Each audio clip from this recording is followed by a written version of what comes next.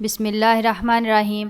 حضرت مریم علیہ السلام کے حمل کی کیفیت یوں ہے کہ حضرت مریم علیہ السلام اپنی خالہ یا بہن کے گھر غسل کرنے کے لیے گئیں، پھر پردہ لٹکانا چاہتی تھی کہ حضرت جبرائیل علیہ السلام ایک خوبصورت نوجوان کی شکل میں ظاہر ہوئے۔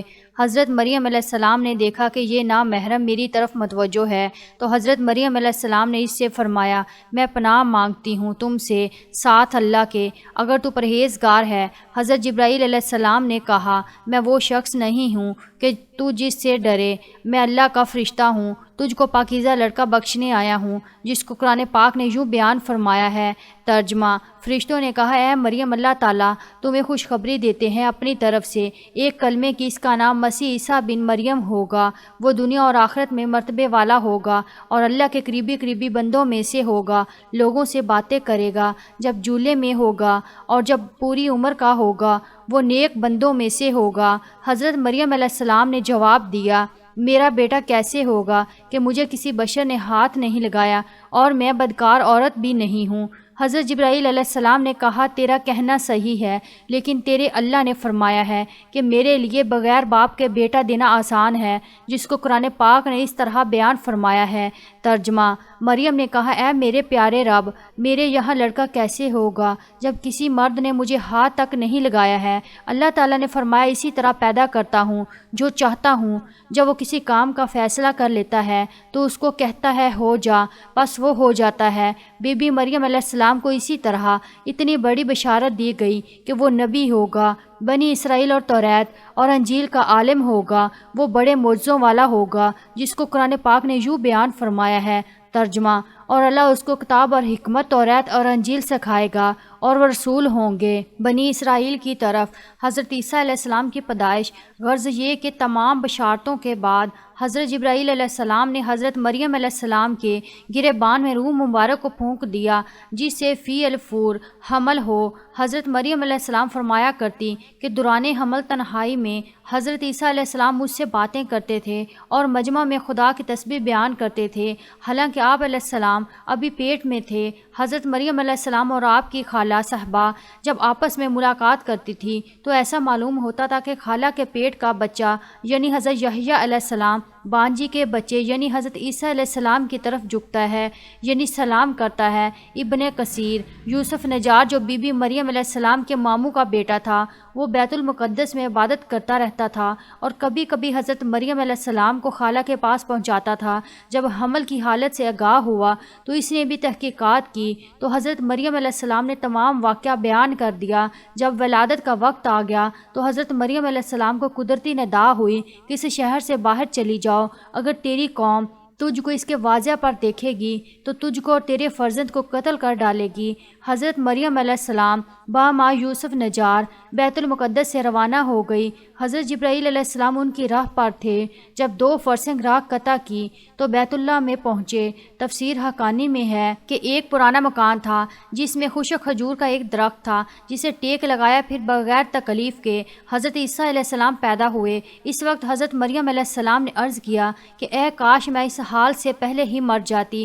حق تعالیٰ نے ملائکہ کو بھیجا اور اپنے فضل و کرم سے وہیں ان کے پاؤں کے نیچے ایک پانی کا چشمہ ظاہر کر دیا۔ ملائکہ نے حضرت عیسیٰ علیہ السلام کو غسل دیا اور حضرت جبرائیل علیہ السلام بحکم رب خلیل نے دعا دی کہ اے مریم غمگین مت ہو، اللہ نے تیرے لیے نہر جاری کی ہے اور خشک درخت کو سرسبز کیا ہے، اب تو خرمے کی شاخ کو ہلا، وہ تجھ پر تازہ خرمے گرائے گا۔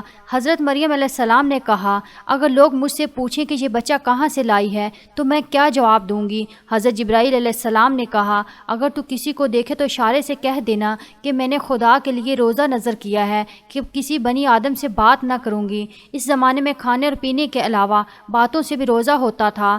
تفسیر حقانی، جس کو قرآن پاک نے یوں بیان فرمایا ہے۔ ترجمہ: مریم علیہ السلام نے حمل اٹھا لیا اور وہ اس کو لے کر ایک دور کی جگہ چلی گئی، پھر درد اس کو کھجور کے درخت کی طرف لے گیا۔ اس نے کہا، کاش میں اس سے پہلے مر جاتی اور بولی بصری چیز ہو جاتی۔ پھر مریم علیہ السلام کو اس نے نیچے سے آواز آواز دی کہ غمگین نہ ہو، آپ کے رب نے آپ کے نیچے ایک چشمہ جاری کر دیا ہے اور آپ کھجور کے تنے کو اپنی طرف ہلائیے، اس سے آپ کے اوپر پکی ہوئی کھجوریں گریں گی، بس کھاؤ اور پیو اور آنکھیں ٹھنڈی کرو، پھر اگر تم کوئی آدمی دیکھو تو اسے کہہ دو کہ میں نے رحمان کا روزہ مان رکھا ہے، تو آج میں کسی انسان سے نہیں بولوں گی۔ حضرت ابن عباس رضی اللہ تعالی عنہ فرماتے ہیں کہ حضرت مریم علیہ السلام فرشتے کی بشارت سے بے غم ہو گئیں اور نفاس کی مدت ختم ہونے تک 40 روز وہیں رہیں، پھر اپنے گھر واپس آئیں اور ہر طرح کی بشارتیں بی بی مریم علیہ السلام کو فرشتے نے بتا دی تھیں اور سوال کا جواب بھی بتا دیا تھا کہ اگر تو بچے کی طرف اشارہ کر کے کہہ دینا کہ اس بچے سے پوچھ لو۔ بنی اسرائیل نے یہ صورتحال دیکھ کر بڑے غصے سے کہا کہ یہ کیا برا کام تو نے کیا ہے اے ہارون کی بہن، یعنی تو حضرت ہارون علیہ السلام کی طرح عبادت کرتی تھی اور تیری ماں بھی بدکار نہیں تھی۔ حضرت مریم علیہ السلام نے حضرت عیسیٰ علیہ السلام کی طرف اشارہ کیا کہ اس سے پوچھ لو، پھر سب غصے ہو کر بولے کہ تو ہم سے مسخر کرتی ہے کہ ہم اس چھوٹے سے بچے سے باتیں کریں۔ اتنے میں حضرت عیسیٰ علیہ السلام بول پڑے کہ میں بندہ خدا ہوں اور خدا نے مجھے کتاب دی ہے اور مجھے نبی بنایا ہے۔ جب یہود نے یہ معجزہ دیکھا تو ان کی زبان بند ہو گئی، پھر اس کو گود میں لیے اپنی قوم کے پاس آئی۔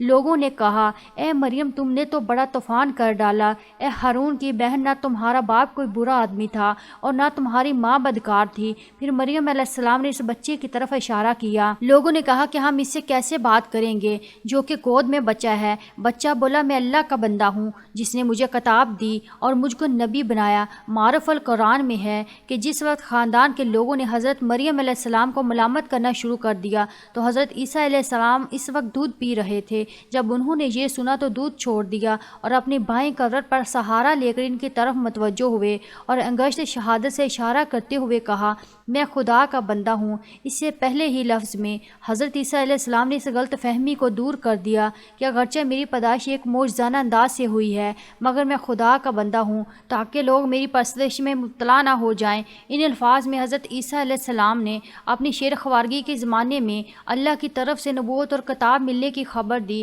اس کا مفہوم یہ ہے کہ اللہ تعالیٰ نے یہ طے فرمایا ہے کہ مجھے اپنے وقت پر نبوت و کتابت دیں گے، اور یہ بالکل ایسا ہے جیسا کہ رسول اللہ صلی اللہ علیہ وسلم نے فرمایا کہ مجھے نبوت اس وقت عطا کر دی گئی تھی کہ جب حضرت آدم علیہ السلام پیدا بھی نہیں ہوئے تھے۔ اس کا مطلب بھی ظاہر ہے کہ اس کے سوا نہیں کہ تائے نبوت کا وعدہ جو حضور صلی اللہ علیہ وسلم کے لیے قطعی یقینی تھا، یہاں بھی اسی یقین کو تائے نبوت کے لفظ ماضی سے تعبیر کر دیا گیا ہے۔ عطائے نبوت کا اظہار کرنے سے ان لوگوں کی بدگمانی رفع کر دی گئی کہ میری والدہ پر بدکاری کا الزام لگانا سراسر غلط ہے، کیونکہ میرا نبی کا ہونا اور مجھے رسالت کا ملنا اس کی دلیل ہے کہ میری پیدائش میں کسی گناہ کا دخل نہیں ہو سکتا۔ اللہ تعالیٰ سے دعا ہے کہ اللہ تعالیٰ ہم سب کو نیک عمل کرنے کی توفیق عطا فرمائے، آمین ثم آمین۔ اگر ویڈیو پسند آئے تو پلیز ہمارے چینل کو سبسکرائب کیجیے اور کمنٹ باکس میں اپنی رائے کا اظہار ضرور کیجیے۔ شکریہ۔